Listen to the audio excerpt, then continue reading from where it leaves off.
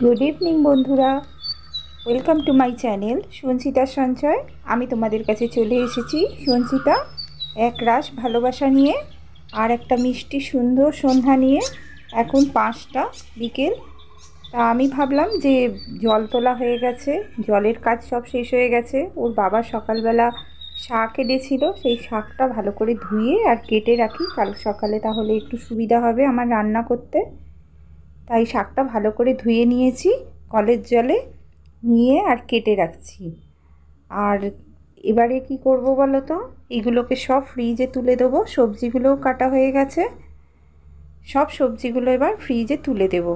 দিয়ে এবার দুপুরবেলা সব শুয়েছিল, বিছানাটা এলোমেলো হয়ে আছে, তাই জন্য ভাবলাম একটু বিছানাটাও এলোমেলো হয়ে আছে যখন ঠিক করে দিই, কারণ সন্ধ্যা দিতে হবে এবার।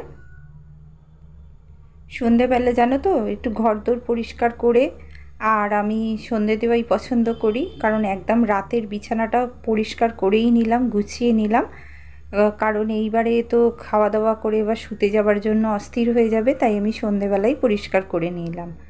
ভালো করে ঝেড়ে ঝুড়ে নিয়ে এবার আমি সন্ধে দেব। সন্ধে দেওয়ার পর এবার আরও কাজ আছে, কারণ রাতের রান্না করতে হবে। সন্ধেটা দেওয়া হয়ে গেছে, এবারে আটা মেখে রেখে দিয়ে গিয়েছিলাম, বিকালেই মেখে নিয়েছিলাম একদম। দেখো একটু নরম হয়ে গেছে আটাটা। আমি আবার আটা একটু মেখে বেশিক্ষণ রেখে দিই। আর ডাল বসিয়ে সন্ধে দিতে এসেছিলাম, দেখি ডালটা প্রায় সিদ্ধ হয়ে গেছে। এতে কাঁচা লঙ্কা, কাঁচা তেল আর নুন দিয়ে বসিয়ে দিয়েছিলাম, আর নামানোর আগে একটুখানি হলুদ আর একটু কাঁচা তেল দিয়ে নামিয়ে নিয়েছি। আমার মেয়ে খুব খেতে ভালোবাসে, মুসুর ডাল হলেই ওর রুটি খাওয়া হয়ে যাবে রাত্রিবেলা। আর এই আমরা বরবটি আলু ভেজে নিলাম, একটুখানি কালো জিরে আর শুকনো লঙ্কা ফোড়ন দিয়েছি, কাঁচা লঙ্কা দিলে আরও ভালো লাগে। এই কাটা তেলটা কেটে যাক, গেলে এইটাকে সরিয়ে দিলাম। আর ওর বাবা একটা আম নিয়ে এসেছিলো, ফজলি আম, সেই আমটাও কেটে নেব। একটুখানি কেটে ঠাকুরকে দিয়েছিলাম আর বাকিটা রেখে দিয়েছিলাম। তা আমটাও কেটে নিলাম, রাত্রির জন্য খাওয়া হয়ে যাবে। হ্যাঁ, এবারে রুটি করব। জানো তো, ভয়েস ওভার দিচ্ছি যখন, আমাদের বাড়িটা তো একদম রাস্তার ধারে, আর এই গাড়িগুলো যায় না, ভীষণ আওয়াজ হয়। যদি তোমরা কোনো আওয়াজ পাও তাহলে একটু মানিয়ে নিও। যাই হোক, রুটি তো হয়ে গেছে, কারণ রুটি হয়ে গেল, এখন তো কেউ খাবে না, সেই 10টার না আগে আর কেউ খাবে না। অনেক দিন থেকেই ভাবছিলাম যে আলমারির তাকগুলো পরিষ্কার করব, কারণ পুজো এসে যাচ্ছে, আর 12 মাসই তো টুকটাক জামা কাপড় কেনা হয়, সেগুলো তো রেখে দেওয়া হয়েছে। আর যখন কেচে কুচে একসঙ্গে পরি, অনেক সময় জানো তো কী হয়, কাজের চাপে সেগুলোকে পরিষ্কার করে গুছিয়ে তোলাই হয় না। ওই যা হোক করে একটুখানি পাট করে তুলে রেখে দিলাম। কিন্তু আমার তো 3খানা আলমারি, কিন্তু 3খানা আলমারিতে এত জামা কাপড় যে আমি কি করব, ভালো করে গুছিয়ে রাখলেও সেগুলো থাকে না, এলোমেলো হয়ে যায়। পুজো এসে যাচ্ছে, নতুন জামা কাপড় তো আবার হবে, সব কিনবে। আমি বিশেষ জামা কাপড় কিনি না পুজোর সময়, কারণ আমি ওই 12 মাসই টুকটুক করে এটা ওটা কিনতে থাকি আর সেগুলো জমা করি। আর মেয়ের তো ও তো ছেলে মানুষ, ওকে তো কিনে দিতেই হবে। আর ও তো সাধারণ এদিক ওদিক থেকে জামা কাপড় পরে না। যাই হোক, এখনকার মেয়ে, ওরা তো প্যান্ট গেঞ্জিটাই বেশি পছন্দ করে ও। তা আমার অনেকগুলো জামা বেশি হয়ে গেছে, দেখছিলাম পুরনো হয়ে গেছে অনেক, এগুলো সব বাতিল করে দেব। জানো তো, আমাদের এখানে যে দুর্গাপুজোর সময় যে ঢাকিগুলো আসে, তাদেরকে আমার যত পুরনো জামা, তারপরে তোমার শাড়ি যেগুলো থাকে না, আমি সব ঢাকিদেরকে দিয়ে দিই। ওরা কিন্তু খুব আনন্দ সহকারে নিয়ে যায়, জানো তো। আবার নিয়ে গিয়ে কী করে যেন, পরে ওরা ছবি তুলে আবার পাঠায় যে নিয়ে গেছে। আমাদের এখানে সামনেই একটা দুর্গাপুজো হয়, সেই মণ্ডপে যে ঢাকিরা, ওরা প্রতি বছরই আসে, ওদেরকে আমি জামা কাপড়গুলো দিয়ে দিই। যাকে দেখো, আমার তো সেই আলমারিতে পড়েই আছে ভর্তি হয়ে, আর আমি পরতে পারবো না, একজন কেউ পরলে সেটাও ভালো লাগে। আমি অনেক জামা কাপড় সব আলাদা করে রেখে দিয়েছি, শাড়ি, অনেক পুরনো শাড়ি, কারণ আমি এখন না বেশি শাড়ি পরি না, কোথাও তো যাই না বিশেষ, সেই জন্য আমার শাড়ি পরাও হয় না। আর যদিও বা যাই, এখন ওই যা হোক করে একটা করে চুড়িদার গলিয়ে নিলাম, নিয়ে আর চলে গেলাম, সেই কাজগুলোই করি। সেই জামা কাপড়গুলো অনেক বেশি হয়ে গেছে, তাই জন্য বার করে করে সব রেখে দিয়েছি আলাদা করে, সেগুলো ঢাকিরা এলে দিয়ে দেব। তা সেই জন্য ভাবলাম যে দেখি আর কি এক্সট্রা জামা কাপড় আছে, কি বার করে রাখা যায়।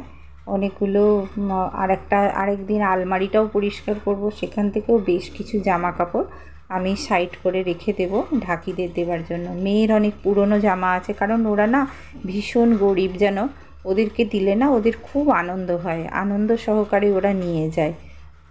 তা ভাবলাম যে যখন পরিষ্কার করছি তাহলে আলাদা করে করে এক ধারে গুছিয়ে রাখি, ওদেরকে দিয়ে দেব। তো চলো, এইবারে পরিষ্কার তো হয়ে গেল মোটামুটি, এবারে দুটো থাক করব, আজকে বেশি করব না, কারণ অনেকটা রাত্রি হয়ে যাবে আর মেয়ে পড়ছে। কারণ আমি পরিষ্কার করছি দেখে আমার দিকে সমানে তাকিয়ে আছে, বড় হয়েছে নামেই। যাই হোক, পড়তে পড়তে বারবার ওর ডিস্টার্ব হচ্ছে। আসলে আমার একটা ঘরের মধ্যেই সব, তো ওই জন্য আমার খুব সমস্যা হয় গো। কিন্তু কি করব বলো, এই কাজগুলোও তো আমাকে করতে হবে, কারণ সকাল থেকে অন্য কাজে এত ব্যস্ত থাকি যে আলমারিটা যে আলাদা করে পরিষ্কার করব সেটার সময় আর আমি পাই না। তাই জন্য ওই অল্প অল্প করেই আমাকে করতে হয়, কারণ সারাদিন নোংরা ঘাঁটা ধুলো ঘাঁটার কাজগুলো করি, পরিষ্কার পরিচ্ছন্নতা। কিন্তু এই রাত্রিবেলা যখন একটু সময় পাই আর তাড়াতাড়ি করে যখন রান্নাটা হয়ে গেছে, তাই জন্য ভাবলাম যে একটু একটু করেই পরিষ্কার করতে থাকি। কি করব দেখো না, জামা কাপড় ভালো জামাগুলো সব কেচে দিয়েছিলাম, দিয়ে উল্টো করেই রেখে দিয়েছিলাম, সেগুলোকে আবার সোজা করে ঠিক করতে হচ্ছে। আসলে এক এক সময় এমন কাজের তাড়া হয়ে যায় না যে সেগুলোকে ঠিকও করতে পারি না, যেমন তেমন করে পাট করে ঢুকিয়ে দিতে হয়। তা কি করব, সেগুলোকে তো আবার ঠিক করার জন্য একটা সময় বার করতে হয়। আসলে যে যার কাজের ধরন, জানো তো, আমি কি করব বলো, সময় পাই না, আর একার ঘাড়ে এত সব কিছু, তা করতেই হবে, কিছু করার নেই। তা আমি দেখেছি অনেকে না কাজের ভুল ধরে, তা যে যার সে তার কাজের মতো, কাজের ধরন, এক একজনের কাজের ধরন এক এক রকম। হ্যাঁ, কেউ কাউকে বলেও শেখাতে পারবে না, আর কেউ কাউকে করেও শেখাতে পারবে না, জানো তো। এক একজনের কাজ খুব পরিষ্কার পরিচ্ছন্ন গোছানো, কিন্তু আবার এক একজনে কী করে, মনে করে যে আমারটাই ভালো, অন্যেরটা ভালো না। এক একজনের মতামত এক এক রকম। তা যাই হোক, এইসব মানুষকে নিয়েই চলতে হবে। আসলে জানো তো, একটা কথায় আছে, মারোয়াড়িরা খুব ব্যবহার করে কথাটা, যে বাঙালিরা না দিশি কাঁকড়ার জাত। কারণ দেখবে, দিশি কাঁকড়াকে যদি তুমি এক জায়গায় রাখো, একটা কাঁকড়া আর একটা কাঁকড়ার পিছন ধরে টানতে থাকে। তার মানে কি বলো তো, নিজেও উঠতে পারবো না, অন্যকেও উঠতে দেবো না। কিন্তু মারোয়াড়িরা দেখবে, আর সমুদ্রের কাঁকড়াদের চরিত্র দেখবে, যে যার মতো একা হাঁটতে থাকে। তাই জন্য না অন্য মানে বর্ণের মানুষরা এতটা এগিয়ে যায়, আর আমরা বাঙালিরা পিছিয়ে আছি। বাঙালিরা না ভীষণ পিছুটান, যে নিজেরটাই সব থেকে ভালো, নিজেরটাই সব থেকে সুন্দর, আর আমার মতো অন্য কেউ ভালো করতে পারে না, আমার মতো ভালো কেউ জানে না, এই রকম একটা ধারণা আছে। তাই যে যার ধারণা সে তার নিয়েই থাকুক। যাই হোক, এইরকম হয় জানো তো, মানে এক একটা খুঁত ধরা মানুষ থাকে না, যে তোমার এটাই খুঁত হচ্ছে, আমি তোমাকে সরাসরি বলছি না, কিন্তু আমার কাজের মধ্যে দিয়ে বুঝিয়ে দিচ্ছি যে তোমার এটা ভালো না। কিন্তু ভাই, তোমার ভালোটা নিয়ে তুমিই থাকো, আমার খারাপটা ধরতে আসার দরকার নেই। জানো তো, পলিশ করা জিনিসকে যদি তুমি আরও পলিশ করো, তাহলে সেটার থেকে একটা আলো বের হয়, কিন্তু তাতে কোনো গৌরব নেই। কিন্তু বিনা পলিশের জিনিসকে পলিশ করতে গেলে একটু বেশি রকমই পরিশ্রম করতে হয়, যা আপাত দৃষ্টিতে দেখতে ভালো লাগে না, কিন্তু যে একটা নতুন রূপ দেবার চেষ্টা করে, সেখানেই তার গৌরব, আর তখনই সে সাকসেস হয়। প্রত্যেকটা মানুষের জীবনেই কিন্তু একটা পরিবর্তন আসে, জানো। এই পরিবর্তনের প্রয়োজন আছে নিজেকে সমাজের সাথে তাল মিলিয়ে চলার জন্য। কিন্তু নিজেদের জীবনধারাকে পরিবর্তন করতে গেলে অবশ্যই একটা সুসময়ের প্রয়োজন হয়, না হলে জানো, কোনো মতেই তা সম্ভব নয়। কারণ আমরা সময়ের কাছে বাঁধা, সময় না এলে কিছুই হবে না। সময় যদি যায় তোমাকে রাজা করে দিতে পারে, আবার না হলে ভিখারিও করে দিতে পারে। তাই অপেক্ষা করাই ভালো। কথায় আছে, man is architect of his own future. অবশ্যই চেষ্টা যদি থাকে, তাহলে তোমাকে এগিয়ে নিয়ে যেতে সাহায্য করে। কিন্তু অনেক সময় আমরা ভেঙে পড়ি পারিপার্শ্বিক পরিস্থিতি আর অর্থনৈতিক কারণে। অর্থ হচ্ছে এমন একটা বস্তু, যার আছে সে বোঝে না, আর যার নেই সে হাড়ে হাড়ে বোঝে। অর্থই হচ্ছে সব কিছুর মূলে। অর্থ থেকে আসে সামর্থ্য, অর্থ থেকে আসে ইচ্ছা, অর্থ থেকে আসে লোভ, অর্থ থেকেই আসে নিজের পরিবর্তন। আর এই অর্থ উপার্জনের জন্য আমরা 24 ঘন্টা পরিশ্রম করে যাচ্ছি, আর দিনের শেষে উপার্জনের টাকাটা দিয়ে নুন ভাতের জোগাড় করছি। এই অর্থ থেকে পূরণ হয় ইচ্ছা, পূরণ হয় শখ, মনের আশা আকাঙ্ক্ষা সব কিছু। কিন্তু যার কাছে এই অর্থ নেই, সে কোথা থেকে বাহাদুরি করবে বলো? যে পয়সাটা সে শখের পিছনে খরচা করবে, সেটা হয়তো সন্তানের 1 মাসের টিচারের মাইনে হয়ে যাবে, অথবা স্কুলের মাইনে হয়ে যাবে। আমরা দিন আনা দিন খাওয়া মানুষ, ইচ্ছা তো অনেক হয়, ভালো বাড়ি, ভালো ঘর সাজিয়ে গুছিয়ে পরিপাটি করে রাখবো, কিন্তু সামর্থ্যের কাছে সর্বদা মাথা নিচু করে দাঁড়িয়ে থাকতে হয়। মনে হয় নতুন করে সব মনের মতো করে রূপ দিতে, কিন্তু অর্থই বাদ সাধে ভাই। যারা মাসের 15 দিন কেটে গেলে চিন্তা করে বাকি 15টা দিন কি করে কাটবে, তাদের কাছে তো নতুন কোনো জিনিস কেনা বা কিছু, সেটা তো মনের মতো রুচিশীল জিনিস কেনা, সেটা তো একটু বেশি রকমের বাড়াবাড়ি নয় কি? তাই সময়ের অপেক্ষায় আছি। সময় সবাইকে একবার করে সুযোগ করে দিয়ে যায়, আর সেই আশাতেই দিন গোনা। কখন সেই সময় আসবে? তবে তখনও কিন্তু আমিই থাকবো, কারণ সময় আমাদের সব সময় নতুন কিছু শেখায়, আর পুরনোটা অভিজ্ঞতা হয়ে জীবনের সঙ্গে ওতপ্রোতভাবে জড়িয়ে থাকে, নিজের অস্তিত্বকে বাঁচিয়ে রাখে।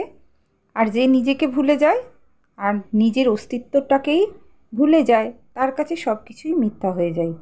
তাই আমাদের যতই পরিবর্তন আসুক না কেন, নিজের অস্তিত্বকে কখনোই ভোলা উচিত নয়। আর প্রত্যেকটা মানুষের জীবনে ওঠাপড়া আছে, তাই কাউকে নিচু করে নিজেকে বড় করে দেখাটা উচিত নয়, আমি সেটাই মনে করি। পড়ে থাকা মানুষ কিন্তু চিরদিন পড়ে থাকে না, জানো তো, সে আবার উঠে দাঁড়ানোর চেষ্টা করে। এটাই হলো জীবন। উপরে উঠলে অবশ্যই তুমি আকাশটা কাছে পাবে, কিন্তু পড়ে গেলে বাস্তবের মাটিটাকে অনেক কাছে পাবে। আর যা তোমার সংকল্পগুলোকে অনেক বেশি দৃঢ় করে তুলবে, যা তোমাকে সামনের দিকে এগিয়ে নিয়ে যেতে সাহায্য করবে। আর বাস্তবের মাটিটা যে কত কঠিন সেটাও বুঝতে পারবে। যাই হোক, দেখো, তোমাদের সঙ্গে কথা বলতে বলতে আমার রাত্রের খাবার টাইম হয়ে গেল। এবার মেয়ে বলছে, মা খেতে দিয়ে দাও। 9টা বেজে গেছে, ও সন্ধেবেলা কিছু খায়নি, তাই ওর খিদে পেয়েছে, তা ওর জন্য খাবারটা দিয়ে দিলাম। আর আমিও ভাবছি খেয়ে নেব একসঙ্গে। ওর বাবার খাবারটা তুলে রেখে দিয়েছি, ওর বাবা এলে ওর বাবাকে দিয়ে দেবোক্ষণ। ওর বাবার আসতে 10:30 বাজবে, ততক্ষণ আমরা খেয়ে নিই, কারণ আজকে সন্ধ্যে থেকে কোনো টিফিনই করিনি, বলে একটু খিদে পেয়েছে। মেয়েকে বললাম যে তাহলে তুই খাচ্ছিস যখন, তাহলে চ আমিও খেয়ে নিই, কারণ আমি জানো তো ওই এত রাত্রিবেলা যদি আমরা টিফিন একটু করি, তাহলে রাত্রে আর খেতে পারবো না। রাত্রে না খেতে পারলে 11টা 11:30 নাগাদ আবার খিদে পেয়ে যাবে। তার থেকে বরং এখনই খেয়ে নেওয়া ভালো, কারণ রুটি খাচ্ছি যখন, তখন তো ওটা পেটে গিয়ে ফুলবে, আর ফুললে তাহলে আর খিদেটা পাবে না। রাত্রিবেলা জল খেয়ে শুয়ে পড়ব। তো চলো, ভিডিওটা দেখতে দেখতে একদম শেষ পর্যায়ে চলে এসেছি আমরা। ভিডিওটা দেখতে দেখতে যদি তোমাদের ভালো লেগে থাকে, তাহলে অবশ্যই একটা লাইক, কমেন্ট ও সাবস্ক্রাইব করে দিও নতুন বন্ধুরা, কারণ তোমরা অনেক বন্ধু আছো যারা খুব ভালো ভালো আমাকে কমেন্ট করো। যারা আমার সঙ্গে আছো, থাকো, আমার পরিবারের লোক তোমরা যারা আছো, সবাই আমার ভালোবাসা নিও। আর কি বলো তো, আমার ভালোবাসা তো তোমাদের সঙ্গেই আছে, আর তোমরাও আমার সঙ্গে থেকো, তাহলে আমার খুব ভালো লাগবে। তো আজকে রাত্রিটা তো এইভাবেই কেটে গেল। ভিডিওটা আর বড় করছি না, দেখা হচ্ছে পরের ভিডিওয়ে। ততক্ষণ সবাই ভালো থেকো, সুস্থ থেকো।